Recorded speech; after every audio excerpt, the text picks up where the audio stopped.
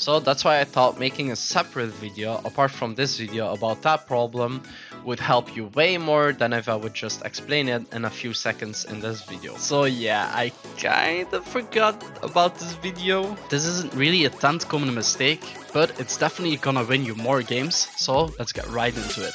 Hey, you there. While the video is loading, you have some time to subscribe and like the video. I would really appreciate that. Thank you and enjoy the video. Mentality. The thing I'm gonna talk about during this video is about mentality. And the way I'm gonna do this is I'm gonna separate the video into 5 parts. The first part being about the importance of mentality, the second about mentality inside and outside the game, the third how to reset your mentality, the fourth how to find the right mentality, and the fifth how you can use this mentality to win more games. Part 1. The importance of mentality. During this video I'll be talking a lot about my perspective on mentality and on the game, but if you don't want to trust my word, you can trust the word of professionals. This might be a stupid example, but the player James, which has won a major with the team Outsiders, literally said he masturbates before his games, so he's less angry during the game. There's a lot of pro players that know about mentality, and they kinda abuse this against each other. That's why a lot of pro players during games make gestures to each other or they scream really loudly. For example, you have the device wave. Play. And Device again. No! I saw it yesterday. I didn't think it would. Hey, Yeah, why not? God. I know, but I mean, it's perfect because he knows, and we all know What the how fuck? angry you are at losing that round. Tilted. Never mind when a Look at smiley the chat. supermodel puts his hands up and starts waving at Hi, you saying, guys. "Hi, I was responsible." Another great example of this is Apex, the player on Vitality, who literally shittalks every fucking team he plays against. For kills instead! He has no choice, but he only needs one. And you might say, well, these are just examples of people using mentality, but this kind of shows the importance of the mentality, right? I mean, to me, it does, because if I see players that are really good and they're just losing because they have a bad mentality, well, that kind of shows me that the game is a lot about mentality. Pros aside, I think most of you will know that mentality and having a good or bad game kind of work with each other. When your mentality is really good, you will be having really good games, and when it's bad, it's gonna be harder to have a good game, or you're just gonna have a bad game overall. Moving on from importance of mentality to mentality in and outside the game. This is another example that kind of shows how important mentality can be in the game, but it's also an example of mentality outside the game. A lot of pros have a mental coach. I found myself working with esport teams. A lot of the things that we work on in sports is the same as in esports when it comes to how to handle pressure, how to prepare, how to handle the reflection that goes on afterwards, how to handle frustration when you made mistakes. Those are general things, but what helps is when you can pinpoint exactly in game, this is when you need to work on that. When you get that understanding, you can help them more. Jens has definitely helped me with my, anger issues and letting things go. Like such as if I do a bad play, I might, think about it the whole game. Now it's more like I have to think forward, and getting, better and better each and every session we have. So, for example, you've got Liquid, which is a team that has a mental coach, and a lot of these players even have like physical workouts. Twist, for example, is somebody that gyms a lot. Nico, another great player, is another player that gyms a lot, and most of these pro players do this to keep their mentality in a good place. I'm not saying that working out will make you the best player ever, but if you work out, that's gonna improve your mental health and your mentality during your games. But even without working out, there's still other ways to improve your mentality and to find a better mentality. A great tip for mentality in and outside the game is yoga, for example. Yoga is a really good way to improve your mental and to not go outside, not go gym, but you can just do stuff like this. Like if you're losing a ton of games and you're getting angry, you're getting mad, it's fine. Take a break. Take a pause, regain a good mentality, and then start playing again. Don't just Q, because your mentality is going to go down a lot, and you're gonna keep losing and it's not gonna help you. So just take a break, relax, practice a bit, go into that match, then get back into the game. But before we can find the right mentality, we need to know how we can get rid of the bad one. Which brings me to the next part, how do I reset my mentality? So first off, you will begin with making a huge change in your gameplay. With a big change, I mean something like changing your resolution, changing your DPI, changing your sensitivity even. You will say, but I'm gonna play so fucking horrible. Well, you will. But that's part of the process. And for this process, we're gonna use the rule of 3. So the first thing you're gonna do is you're gonna practice a lot. You need 3 days to get used to your new settings. So during these 3 games, you'll just practice against bots. That match, you can get a few MM games in there, but you're just gonna focus on practicing. The next milestone you're gonna hit is 3 weeks. In 3 weeks, you should kinda be good at using these settings. You have a new mentality and you should be fine with playing games. And then we move on to the last one in the 3-step process, and that's 3 months. In 3 months, you will have mastered your stuff, your new settings, and your new mentality. This is how you can reset your new mentality and you can kinda get into the process of finding a new one. Of course, during this 3-step process, you're gonna need to still keep practicing. If you wanna get better at this game, you need to practice. Practicing is really important and a lot of people forget about this. And I'm talking about an hour, 2 hours practicing against bots, retakes, DMing, all that stuff. And most of you will say, but after like an half hour, I get tired of it. It's boring, it's stale, I want to do something else. Well, compare it with going to the gym, right? When you go to the gym, you start doing your exercise, and when you get tired, you don't quit.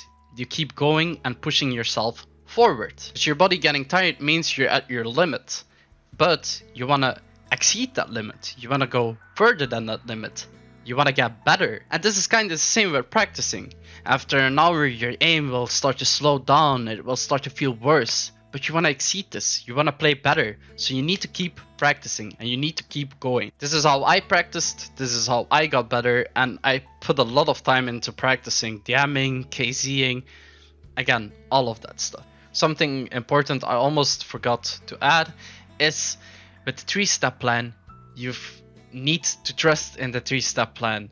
Don't just do the first one 3 days and then get back at your old ways and get back at your old settings. Just keep playing with them. You will improve. It takes 3 days to get used to them.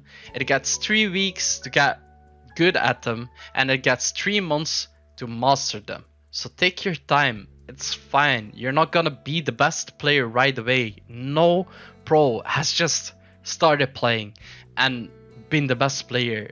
It's not how it works. Just keep practicing your stuff.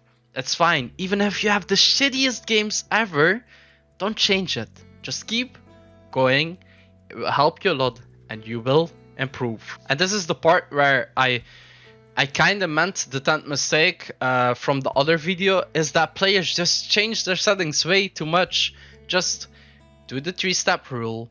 Stop changing your settings because you need muscle memory. Muscle memory is really important in CS and just games in general. Do the reset, keep your settings, and don't change it every hour, every 2 days. Just choose something and stick with it for the 3-step plan. How to find the right mentality. During this part of the video, I'm mostly going to be talking about personal experience, but it's really important to find where you belong in the team and to find your mentality. So, how do you find the right mentality? The way I did it is by, again, practicing a lot, playing with a ton of different people, even trying to play in teams, just trying out new stuff. Now that your mentality is reset, you don't have to keep pulling back to the old one. And what do I mean with new stuff? Well, for example, you've been AWPing the whole time. You've been AWPing for 1,000 hours while you play CS. Well, maybe that's not what you're good at. Maybe your role in the team is rifling or IGLing. So I would recommend trying these ones out. Everybody is supposed to have a role in the team. Look at pro players, all of them have a different role in their team. You can't just wake up and say, fuck it, I'ma be an AWPer. No, you need to find your role. And this is something that I tell a lot of people. You don't choose the role finds you. I've tried everything. I've tried IGLing, I've tried rifling, I've tried lurking, I've tried being a passive player, I've tried AWPing. The role that I feel mostly comfortable in and where I feel like I have most impact and I feel like I'm better than most people is AWPing. But this might be different for you, right? Maybe you exceed at rifling and you feel like you're a better rifler than the average player. Well, then maybe your role is rifling. So how do you find the right mentality? Well, I would say you need to find your role in the team first.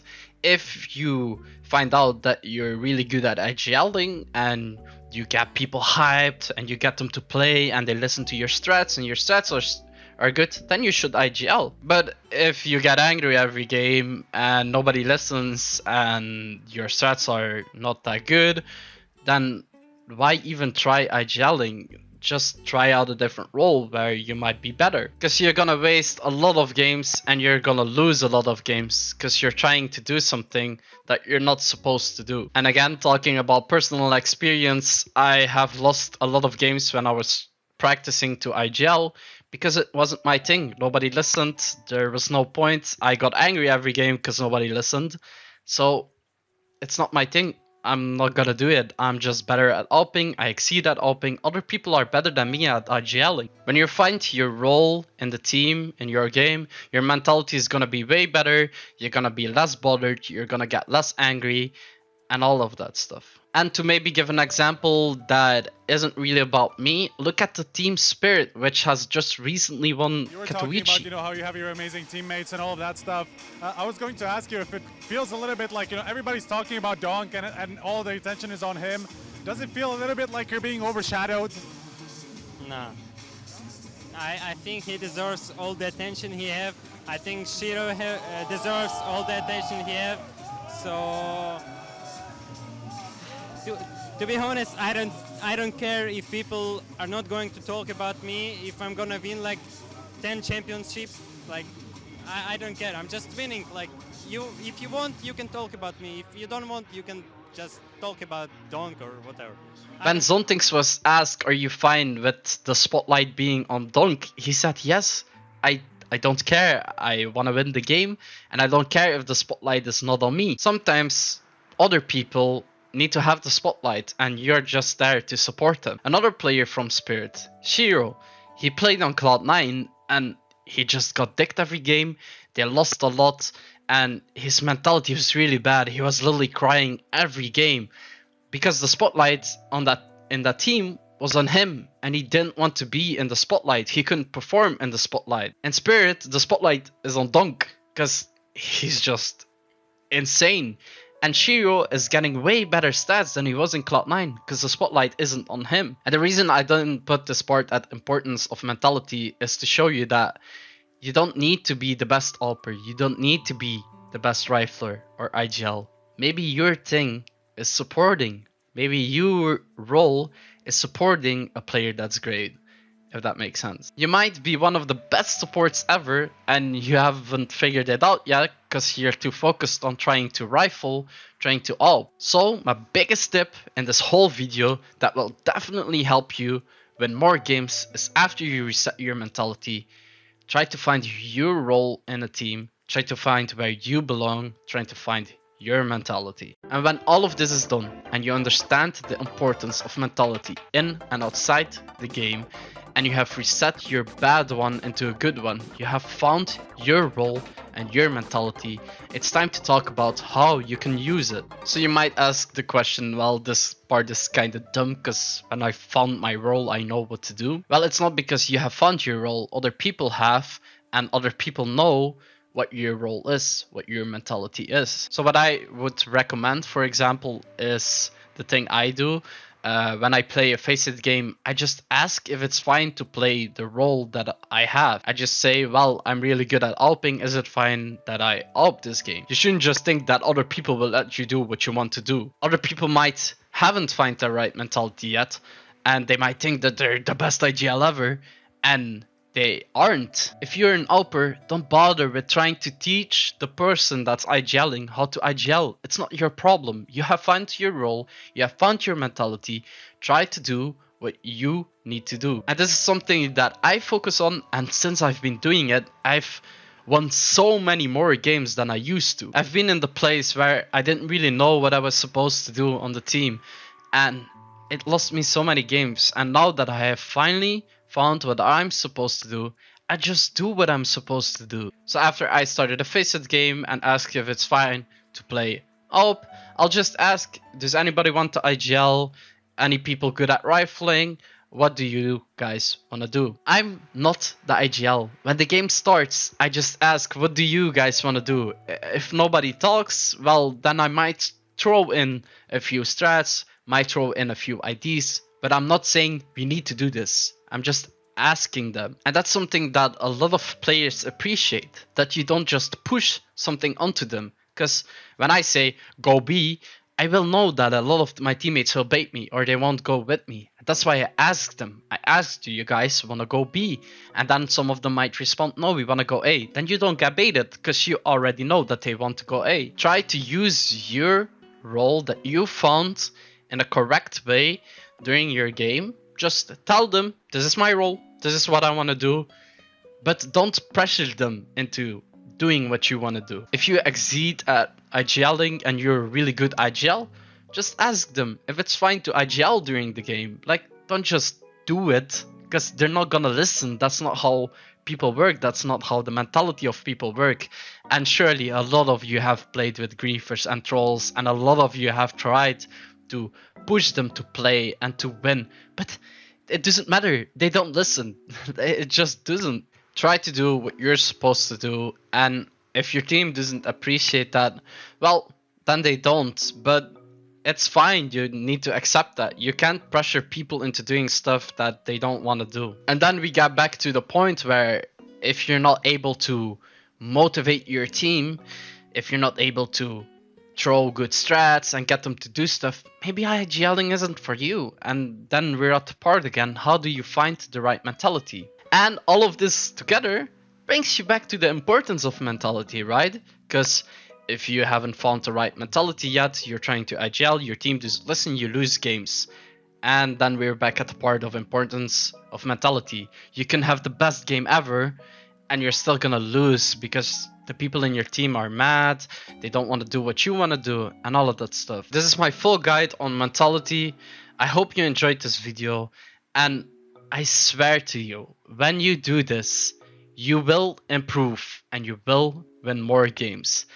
I want you to go through all these steps and try to do them and come back to this video, and I want you to tell me the elo you started at, the elo you're gaining. Just keep me updated, because I am 100% sure this will help you improve. I really tried my best to explain this like very detailed and from my experience, because I know how important it was for me and I know how important it was for a ton of other players I played with.